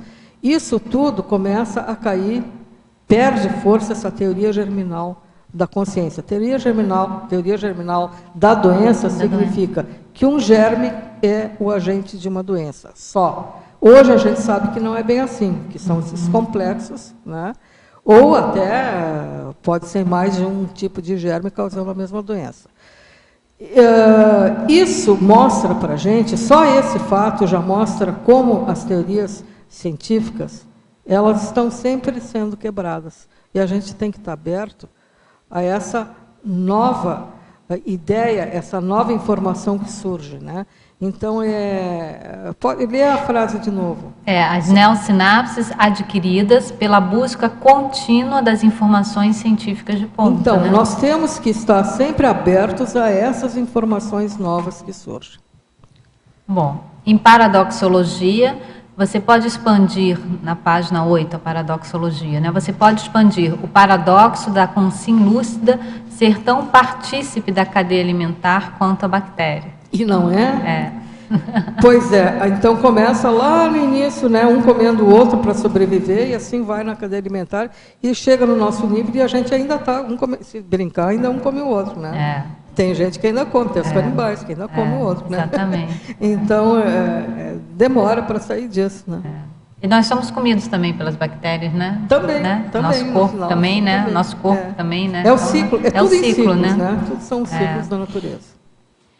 Na mitologia, você pode falar sobre o mito de todos os micro-organismos serem maléficos? É tudo isso que a gente falou, porque isso me chamou a atenção quando eu peguei, eu estava fazendo a pesquisa sobre o tema, e eu vi lá, entrei num blog e vi uma conversa de duas pessoas, que uma dizia assim para a outra: nossa, mas esses bichos, esses micro-organismos, essas bactérias são terríveis, não é? Aí o outro respondia assim: isso são coisa do demo. Não, e assim, isso é coisa do demo, porque Deus não faria seres que tão maléficos assim, né? Eu disse assim: olha, isso aí vai dar meu mito, vou investigar. E daí eu vi que em vários momentos ainda existe esse mito aí de que as bactérias são do mal, né? Mas tem isso, né? Quando a gente é criança, principalmente, né?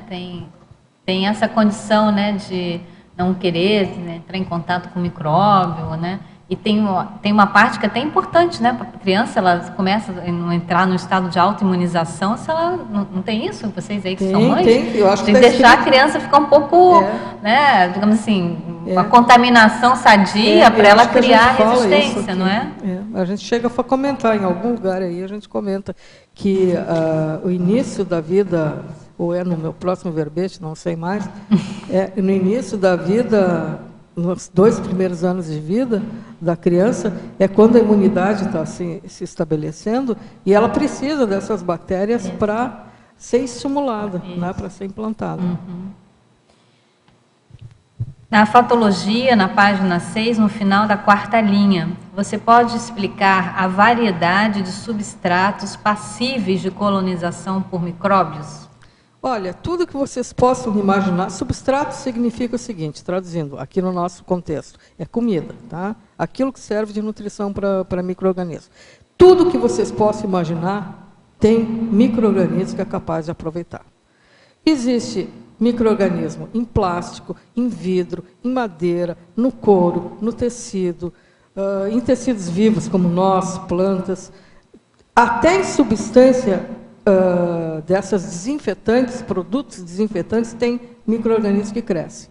Então, a variedade que existe, a diversidade que eles têm metabólica é uma coisa fantástica.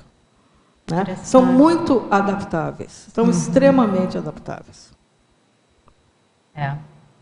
Em fatologia, na página 6, na 5ª linha, você pode comentar sobre as comunidades de micro-organismos extremófilos, vivendo em ambientes julgados improváveis de sustentar a vida? São extremófilos. Tá? Micro-organismos extremófilos é outro assunto que eu acho muito interessante, que mostra essa adaptabilidade deles. Então, tem aquele micro-organismo que cresce num ambiente extremamente quente, tipo assim, perto de 200 graus. Tem outro que cresce no morno, né, que é o de 30 a 40 graus. Tem outro que cresce naquele que é friozinho, tipo menos 4 graus. Tem outro que cresce nas profundezas das geleiras do Ártico, lá, da Antártica e do Ártico. Né? Não sei quantos graus negativos. Tem outro que cresce nas fontes hidrotermais, que são super quentes. Tem aquele que cresce em boca de vulcão. Tem outro que cresce em ambientes superácidos, né? De uma acidez enorme. O outro que cresce em ambiente de salinidade alta. E assim por diante. Né? Então, também ali existe uma diversidade muito grande. E outra coisa, existem microbiotas no ar. Isso foi uma novidade para mim, quando eu comecei a estudar. Microbiotas? No ar. No ar. Na atmosfera. Na atmosfera. Né? Você coloca aqui a atmosfera, né? No seu item, que coloca, até com tem uma referência microbiologia. ali que fala sobre isso. Um dos ambientes é justamente a atmosfera, a troposfera média e a troposfera superior, lá na página 9. Né? Então, eles são extremamente adaptáveis mesmo. Não? Interessante. E esses que vivem em ambientes extremos, que o homem pensava que não poderia haver vida, e são esses micro-organismos que estão sendo estudados pelo pessoal da astrobiologia, até para tentar identificar os seres extraterrestres, né? Em nível microbiano. Daí, né? Porque eles mostram que, em condições muito adversas, em planetas que a gente imagina que não possa haver vida, talvez haja. Nem que seja no nível microbial. Né? Então, e isso que eu queria te perguntar. A astrobiologia já identificou alguns micro-organismos existentes em outros seres, em outros corpos celestes aí? O que existe até hoje é uma única, de comprovado, é aquela fotografia que apareceu em vários jornais, que parecem uns fóssilzinhos de micro-organismos. Aquilo é o mais quente que existe até hoje. Tá? É lógico que deve existir. Eles pensam que esses micro-organismos podem ser trazidos pelas rochas que caem pelos cometas ou qualquer tipo dessas meteoritos que caem na Terra, que podem trazer, que no interior deles podem ter. Eles já comprovaram em laboratório que isso é possível. Eles conseguiram fazer experimentos mostrando que eles resistem a viagens interespaciais, de um planeta para outro, através desses meteoros dentro de rochas. Isso já foi comprovado. Então, que existem condições para eles se manterem vivos. Eles reproduziram artificialmente isso em laboratório. Agora, comprovado mesmo, eles conseguiram, o único caso é esse, que aparece aqueles fósseis. E você acha que a colonização extraterrestre vai começar pelos micro-organismos? Ela tem que começar. Bom, está falando em que sentido? A colonização, por exemplo, nós em outro planeta ou dos construtores do universo? As duas coisas, né? Porque o início de um planeta da vida, sim, eu acho que começa quando aí, esses 6 lá, se são serenões, se são consciência livre, quem são, eu acho que esse povo trabalha assim, implantando a vida pelos micro-organismos. Agora, nós, quando formos colonizar outros planetas, nós teremos que levar, de alguma maneira, para conseguir os ecossistemas. Não vai se sustentar nenhum ecossistema se não tiver micro-organismo. Não. Muito bem. Deixa eu ver aqui onde é que nós estamos. Isso aqui já falamos. O padrão... novamente, aquela pergunta, né? Do padrão pensênico pessoal influindo no equilíbrio das microbiotas somáticas.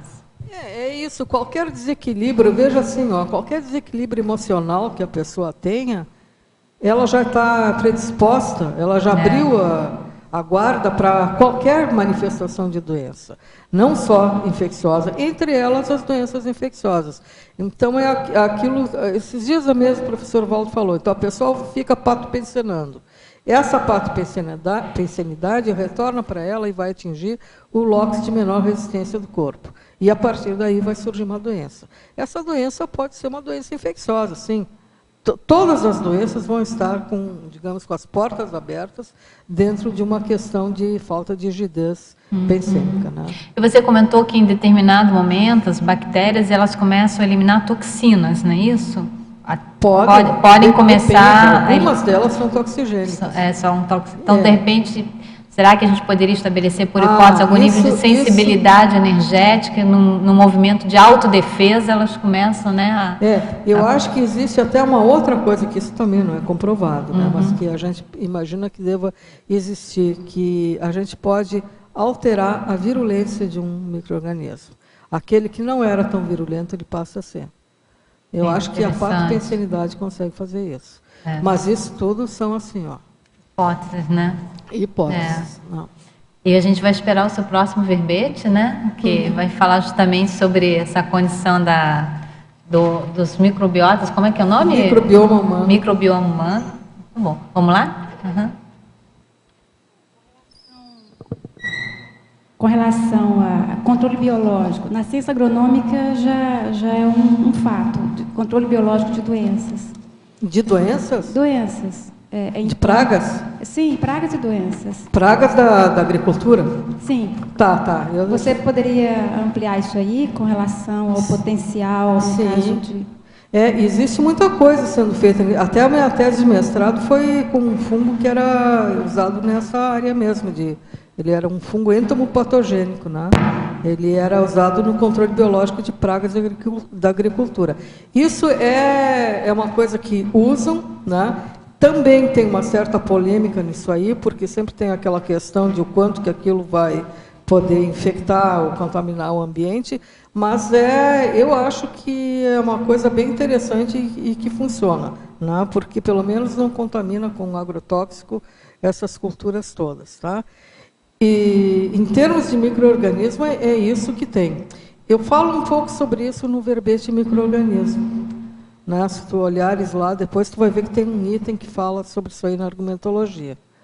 Tá? Eu não sei se eu esclareci ou se tu gostaria de saber mais alguma coisa. Na área humana, por exemplo, você tem alguma informação de controle biológico de doenças humanas? Sim. Animal ou humana? O que existe são os probióticos. Os probióticos, não deixa de ser, entende? Porque é o uso da bactéria na tentativa de recolonizar e restabelecer o equilíbrio do ecossistema humano, no caso. Como uma complementação, né? Ok, obrigada. Em paradoxologia, Cristina, na página 8, na primeira linha, o teletertuliano pede para você falar sobre o paradoxo da propriedade antibiótica das microbiotas. Então, não é interessante isso? Qual é a propriedade antibiótica delas? Elas impedem, eu já falei sobre isso, elas impedem que os invasores entrem. Então, na pele nós temos uma microbiota, né? própria da pele. Se essa microbiota for retirada, outros estranhos podem invadir. É essa microbiota que impede, ela esgota os nutrientes que existem ali nesse ambiente, impedindo que os invasores consigam prosperar. Então, isso se chama propriedade antibiótica da microbiota. E aí ele continua nessa linha de raciocínio e ele pergunta: qual relação pode se fazer deste paradoxo com a progressiva criação de resistência aos antibióticos e ao surgimento das chamadas superbactérias? A relação disso...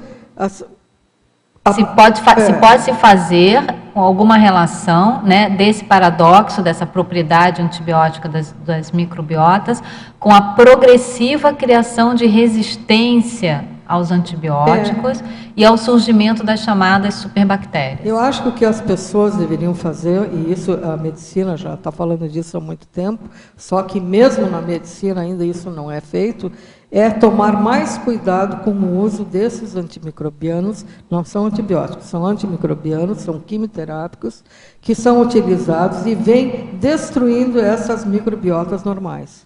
Porque essas superbactérias e todo esse problema que você está falando só surge porque a gente está abusando no uso desses antimicrobianos. Isso, tá? Então, eles são de extrema importância. Eu não sou contra o uso de antimicrobiano, não. Quantas vezes a gente precisou, né, e o que seria se não tivessem esses antimicrobianos. Mas tem que ser usado com muita parcimônia, né, para evitar justamente a proliferação dessas superbactérias e outras coisas mais que vêm por aí. E ele ainda continua: seria possível fazer analogia com a sedialidade extrafísica e o surgimento dos mega-sediadores na extrafisicalidade? Não deixa de ser, né? Não deixa de ser uma superbactéria dessas, um mega-sediador. Um micro-mega, né? Um micro-mega-sediador. Tem um capítulo no livro Projeções da Consciência que o professor Valdo relata, né, que estava se tentando se criar um vírus. Aquilo eu falo também extrafísico, no micro-organismo. Eles tentam no extrafísico, mas aí é uma analogia, mas eles tentam fazer um vírus psíquico. Isso. Né? A semelhança do que acontece, mas eles não conseguiram, parece, até hoje. Pelo que o professor Valdo comenta, se tentou, mas não conseguiu. Eles tentam construir eu achei muito interessante. Muito interessante. Um vírus psíquico, né? Extrafísico. Extrafisicamente. Olha, aqui a última pergunta já é um super gancho para o seu próximo verbete, tá, Cristina? Essas múltiplas redes de microbiotas existentes no corpo humano formam um sistema imunológico humano? Formam o quê? Formam um sistema imunológico humano? Elas cooperam com o sistema imunológico humano. Elas cooperam, são parceiras. Bom, mas aí mais detalhes, aprofundamentos, explicações interessantíssimas sobre o assunto. Aguardem o próximo verbete. Microbioma humano. Já tem data para... Não, eu estava esperando apresentar esse para entregar. Hoje eu entrego.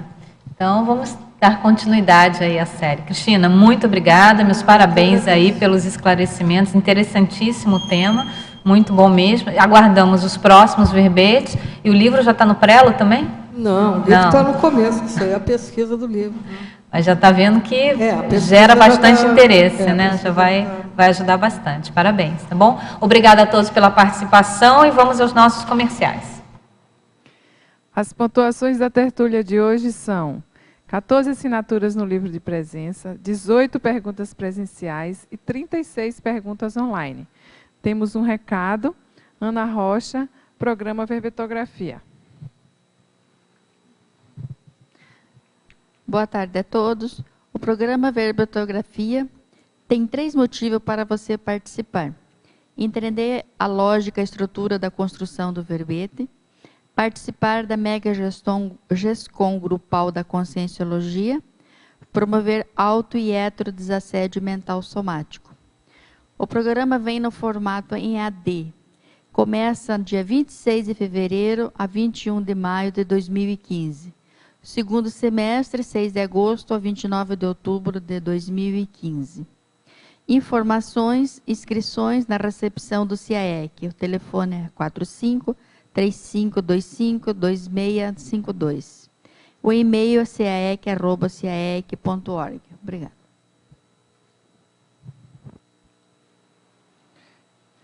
Avisamos que a Uniamérica está contratando autores de material didático ou professores para várias áreas. As informações com a professora Norma no e-mail norma@uniamerica.br. Para amanhã teremos o verbete Vintênio Tenepsístico, na especialidade Tenepsologia, com a professora Malu Balona. Boa tarde.